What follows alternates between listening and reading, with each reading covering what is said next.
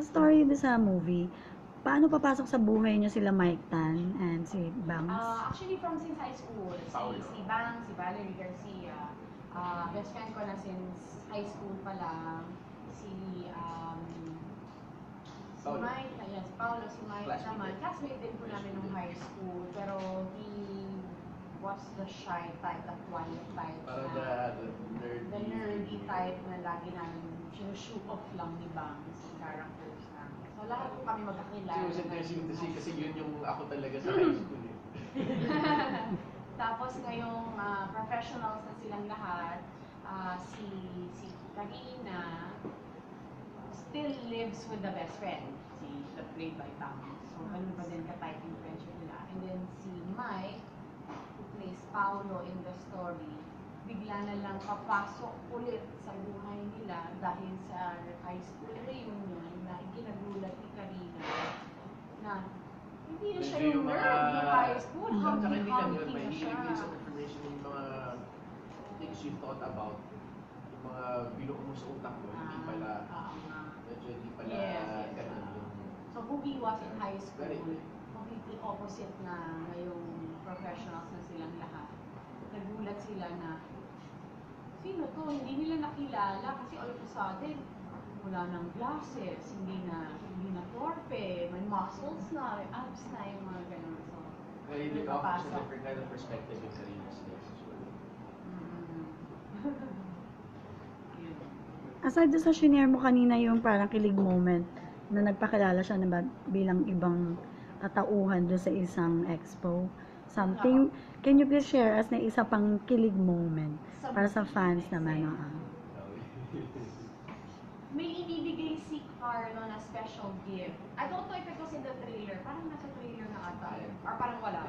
Not sure. But may ibibigay si Carlo na thank you gift kay Karina. Siyempre kasi na-launch yung career niya bilang wedding photographer. So, siyempre, si Karina, lahat binibigyan ng mini, yung mga ganyan. So, ikilig na naman niya yun. Napaka-valuable for her yung gift. You would question if Carlo is really just friendly or... That's why. But I think in those unguarded moments, the most unguarded moments ni Karina at ni Carlo are the most. Yun yung medyo na may question mo dun sa movie na nagbibigay ba talaga ng hint si Carlo o si Karina lang yung nagbibigay ng meaning sa wala naman talaga, napaka-innocente lang naman din sa part ni Carlo. So, yun din yung mahirap eh. That's why dapat true love should wait din kasi hindi mo alam eh, baka nasa sayo lang yun. You don't know if it's mutual. Kasi anybody could, sa bagay, kasi sa panahon ngayon, pag binigyan ka naman talaga ng tao ng isang gift, lalo na ng tao na crush mo talaga, di ba?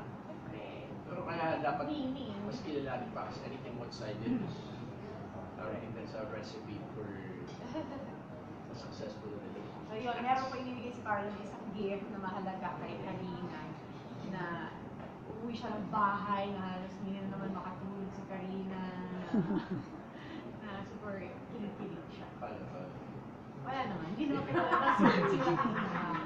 Iba naman yung dito. Wala naman sayaw-sayaw. Usually na lang, kinakausap na lang niya yung sarili niya sa salamin, mga ganun pag kinikilig si Karina. Paano naman kinikilig si Carla?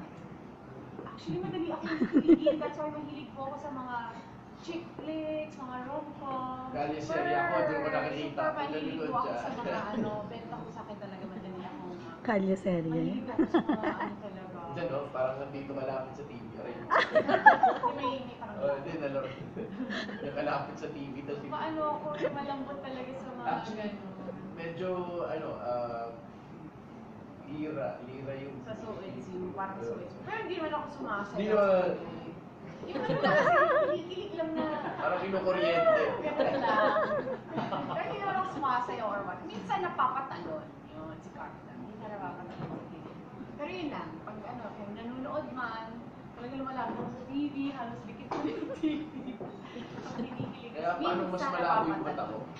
Paano kung ganun nangyari? Parang unfair naman. Yes, kaya huge fan ako ni Nicholas Sparks. I love anything romantic and... Sino mo rin nagpakilig sa'yo, Carla? Parang aldab pa din kasi yung pinaka-recent. Kailangan kapag naligo. Ilang specific Hindi, person. naghihintay siya na siya. Pero inisip ko talaga yun. Sabi ko, shucks, Aldab talaga yung kanina. Kasi pinapanood, hanggat may time ako manood ng kaliseri, pinapanood ko talaga. Please send, kasi ngayon lang on my way. Hindi, wala. Naka-record yun. Sino? Hinintay mo talaga na ikaw. Tao. Bukod sa Aldab, tao. Sino? Lalaki. Ito. Bukod sa Aldab tao. No consolation. Hindi, kasi ako pa din lagi na may gosh. Yan. Kahit hindi in a romantic gesture or what. Wala, he's really a genuine, sweet person. Kahit sa ultimo, yun nga, joke or biglang mapapakanta. Yun pa lang nakakakilig na, siya. It's very sweet siya, just, sito. Aldab pa din. Speaking English. Pero okay lang. Mic ba? May mic pa.